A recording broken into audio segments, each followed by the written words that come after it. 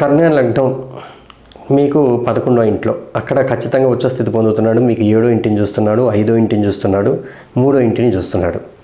అంటే మీకు పెళ్లి కాని వాళ్ళకి పెళ్లి వెళ్ళే అవకాశాలు ఉంటాయి, మీకు సంతానం కలగని వాళ్ళకి సంతానం కలిగే అవకాశాలు ఉంటాయి. ఏదైనా కొత్త వెంచర్ అంటే మీరు ఏదైనా కొత్తగా ఎంటర్ప్రైజెస్ స్టార్ట్ చేయడానికి 3వ ఇల్లు అంటే ఏంటి? కొత్త స్టార్టప్. సో మీరు జీవితంలో ఒక ఇనిషియేషన్ తీసుకోవడం, లైఫ్లో ఒక ఉపవాస దీక్ష తీసుకోవడం,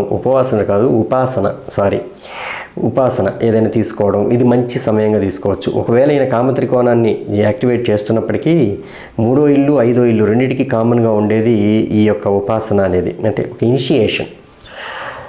సో అలా తీసుకున్నప్పుడు మీకు జీవితంలో మంచి భాగ్యోదయం కలిగే అవకాశాలు ఉంటాయి.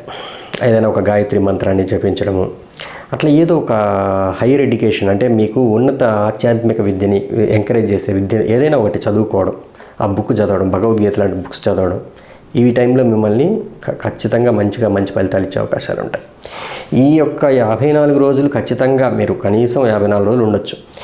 ఈ టైంలో మీకు నెక్స్ట్ ఇయర్ ఎలా ఉండబోతుంది అనేది కూడా ఈ యొక్క విషయంలో తెలిసిపోతుంది. కన్యా లగ్నం, కన్యా రాశి వారికి బేసిక్గా ఇక్కడ 11వ ఇంట్లో కొత్త పరిచయాలు ఏర్పడడం, మీ యొక్క ఫ్రెండ్స్ జీవితాల్లో శుభకార్యాలు జరగడం, అది మీకు మానసిక సంతోషాన్ని కలిగించడం జరిగే అవకాశాలు ఉంటాయి.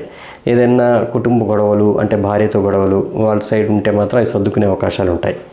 ఇవన్నీ కూడా మనకి గురువు యొక్క దృష్టి సప్తమ స్థానమైన మీనరాశి మీద ఉన్నందువల్ల, ఆల్రెడీ సప్తమంలో మీకు శనిదేవుడు ఉండి దుఃఖం చూపిస్తున్నాడు. దుఃఖకారకుడు కదా ఆయన, వక్రించున్నాడు. అందులో చాలా స్ట్రాంగ్గా ఉంటుంది ప్రాబ్లం. జనరల్గా అంటే మ్యారిటల్ లైఫ్లో కొంతమందికి ఇష్యూస్, భార్య యొక్క హెల్త్ ఇష్యూస్, పార్ట్నర్షిప్స్తో గొడవలు, ఇవన్నీ కూడా రైజ్ అవుతుంటాయి ఆల్రెడీ. ఒకవేళ మీ యొక్క దశాంతర్దశలు బాగలేకపోతే ఇంకా కనిపిస్తుంటాయి కొంచెం స్టార్స్ వాళ్ళకి.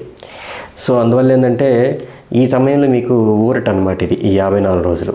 సో మీరు ఇంకా మంచి ఫలితాలు పొందాలి అని అంటే డెఫినెట్గా ఏదైనా ఒక మంచి టెంపుల్కి వెళ్ళి మీరు డొనేషన్ అనేది, ఎందుకంటే మీనరాశి అనేది డొనేషన్ ప్లేస్, అక్కడ చూస్తున్నాడు గురువు కాబట్టి అక్కడ మీరు ఏదైనా మీరు అన్నదానం కానీ పెసరపప్పు పొంగల్ కానీ దానం చేయడం మంచిది.